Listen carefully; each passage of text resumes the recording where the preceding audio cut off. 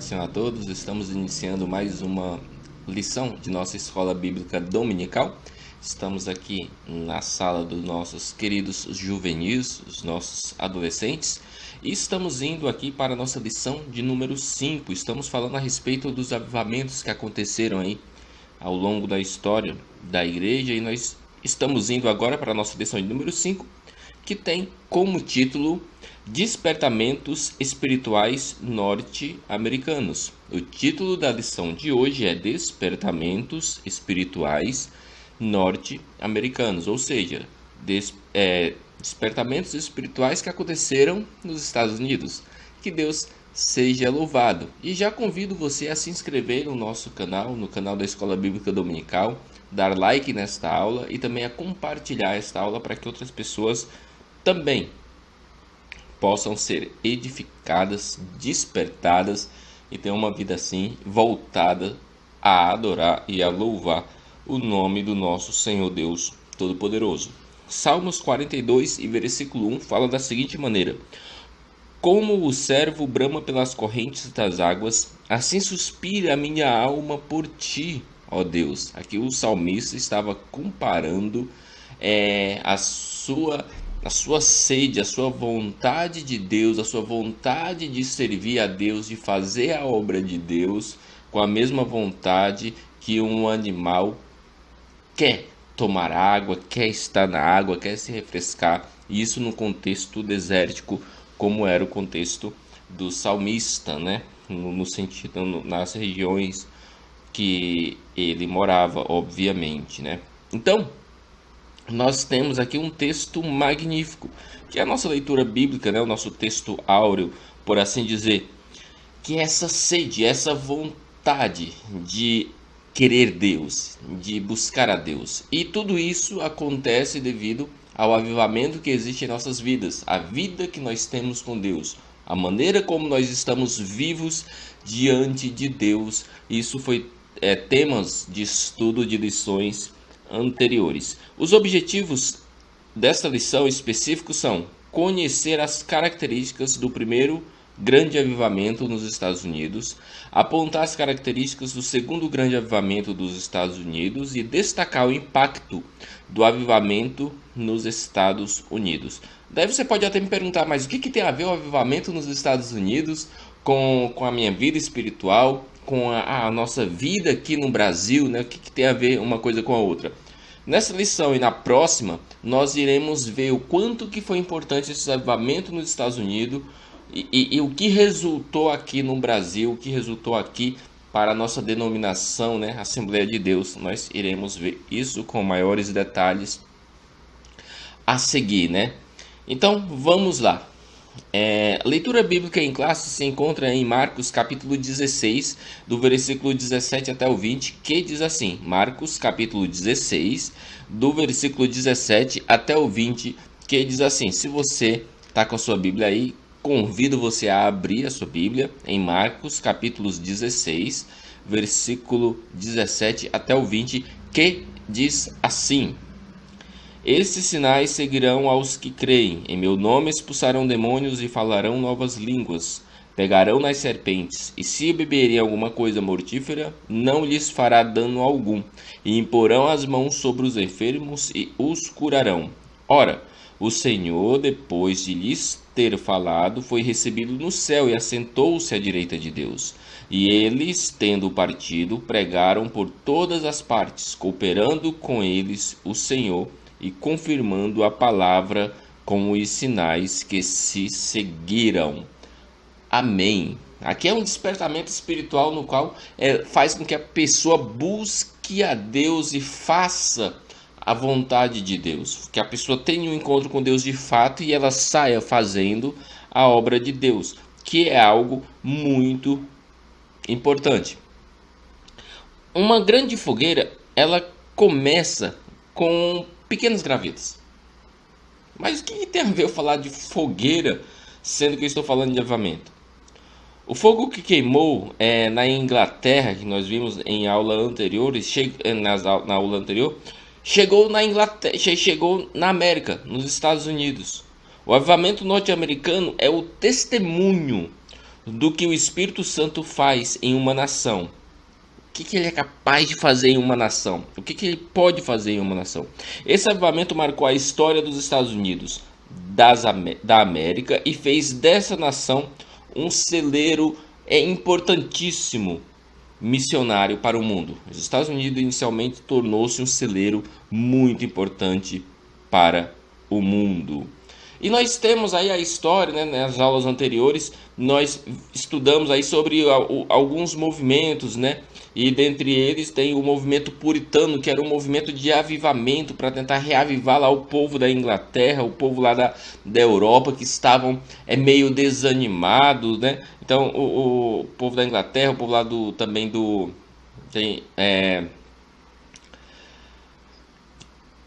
da Alemanha e por aí vai, né? Então eles estavam ainda assim com resquício ainda desse avivamento aí da influência puritana que existia. Só que as pessoas estavam apenas sendo religiosas, mesmo com a influência do puritanismo, mesmo com a influência dos irmãos que pregavam o evangelho com todo vigor e com toda vontade, eles se converteram. Mesmo assim começaram novamente a declinar, começaram a se acostumar, e o culto e a adoração a Deus passou a ser algo corriqueiro, mas não no sentido de que você agora está bem com Deus, mas no sentido de que só estão fazendo porque se acostumaram, não porque de fato têm devoção a Deus. E isso é um grande problema, isso é o primeiro ponto em que tem que acender um alerta de que nós estamos de fato com problemas espirituais, de esfriamento espiritual. Se você é adolescente, se você é jovem, se você é adulto, se você é senhor ou senhora, se você está percebendo que você vai à igreja porque você simplesmente acostumou a ir para a igreja e não tem mais aquele objetivo de ir para a igreja, buscar a Deus de todo o seu coração, se dedicar a Deus e adorar a Deus, pode ser um indício de que você precise de um reavivamento em sua vida. Precise de um revigoramento em sua vida. Revigoramento espiritual. Reavivamento espiritual.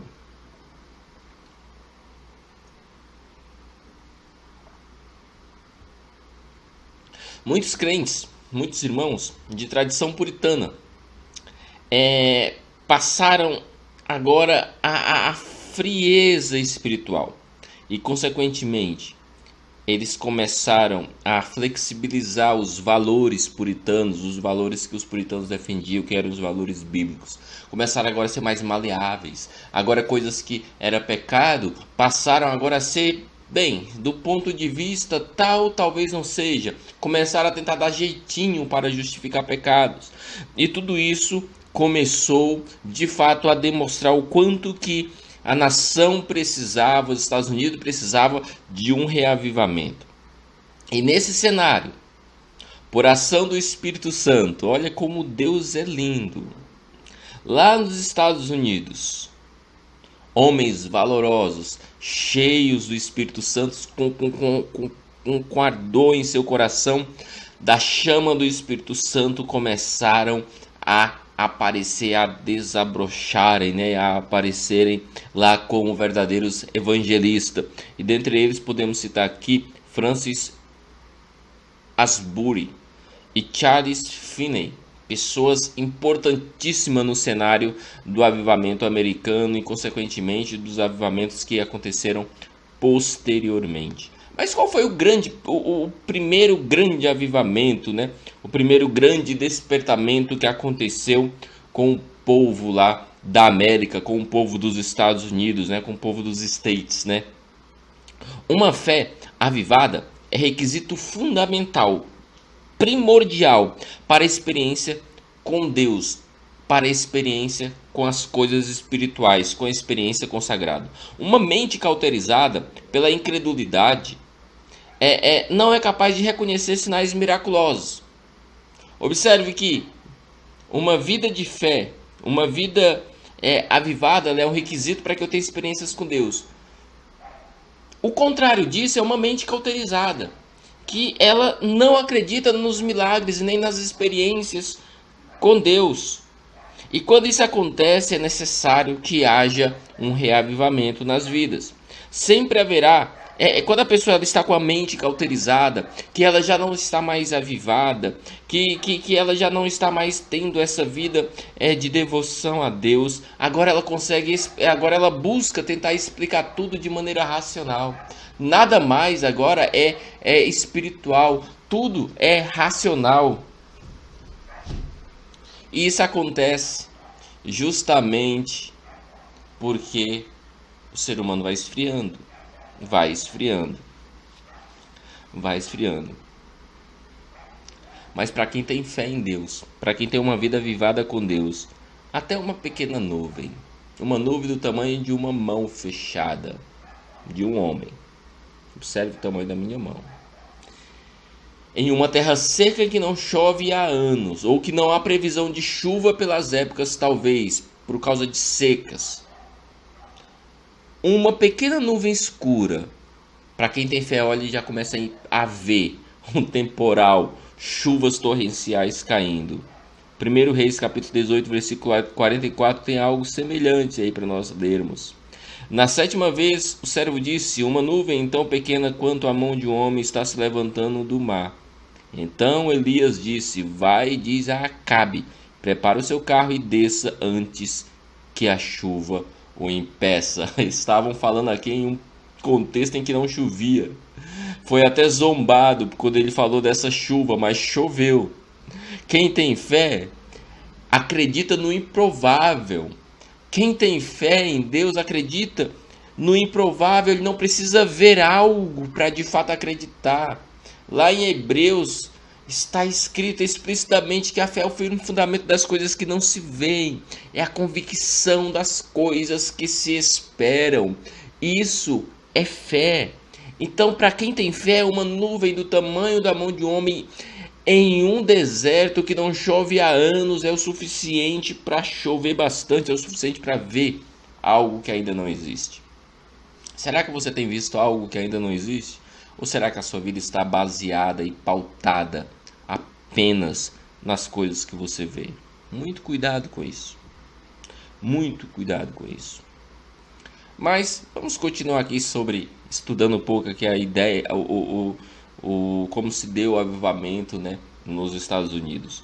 Os primeiros sinais do avivamento norte-americano, ele, digamos que apareceu em comunidades de alguns colonos, né, pessoas que moravam em colônias, que eles insistiam na importância de uma experiência pessoal com Deus para a vida cristã. Eles falavam que necessitávamos de uma vida com Deus.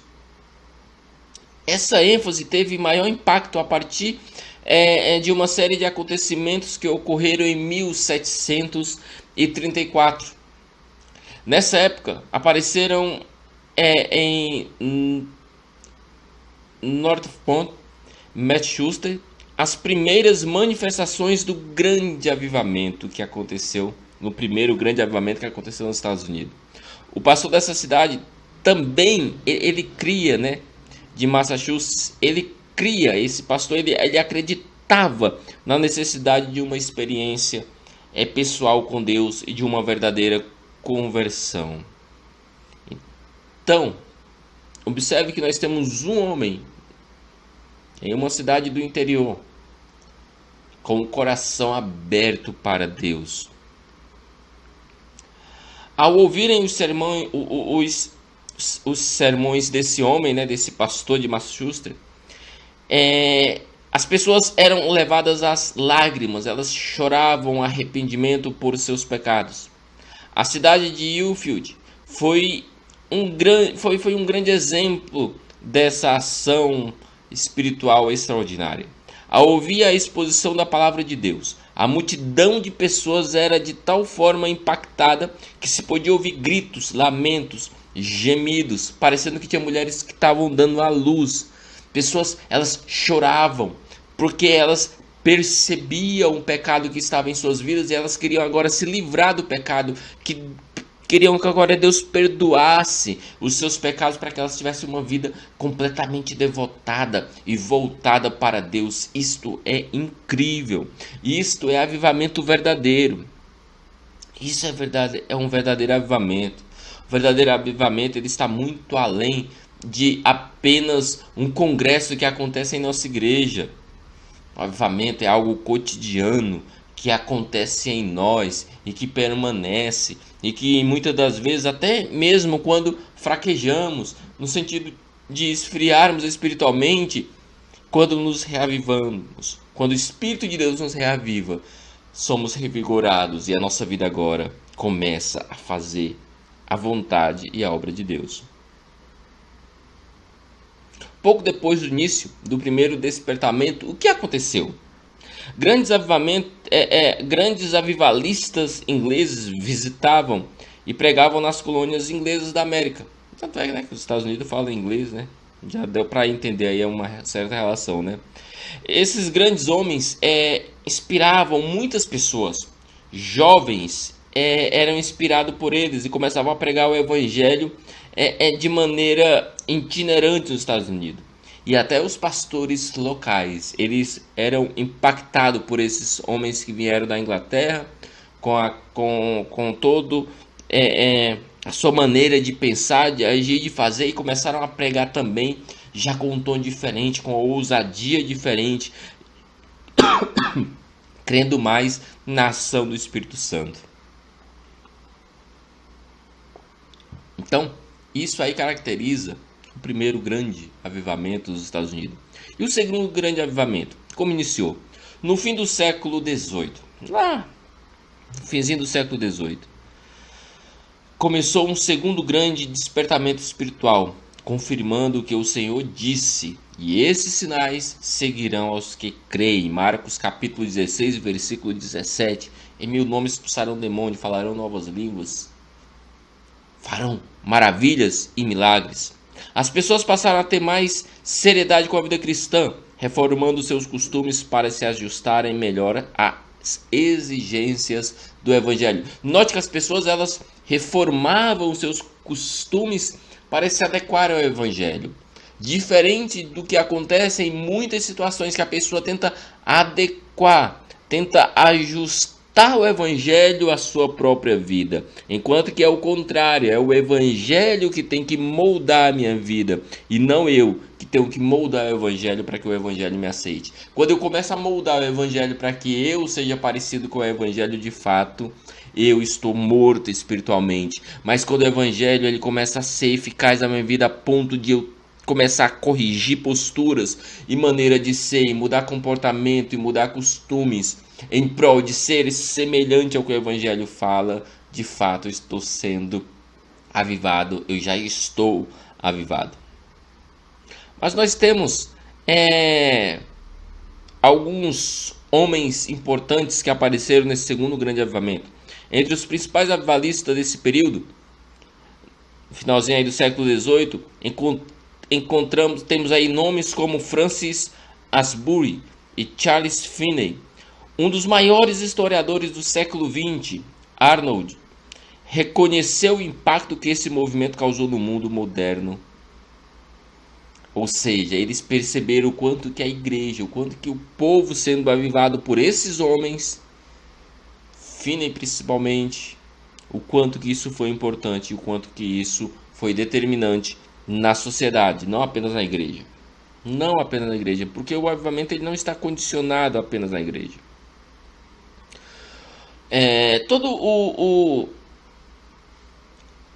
E dentre, né, os nomes mais santos, né, que digamos os nomes que mais estavam ali buscando a Deus, nós podemos destacar Francis Asbury, conhecido como o peregrino dos caminhos solitário.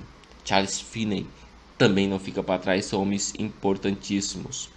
Mas temos algumas situações que talvez nós pensamos que possam parecer adversas, porque ser homem de Deus e pregar o evangelho também significa solidão.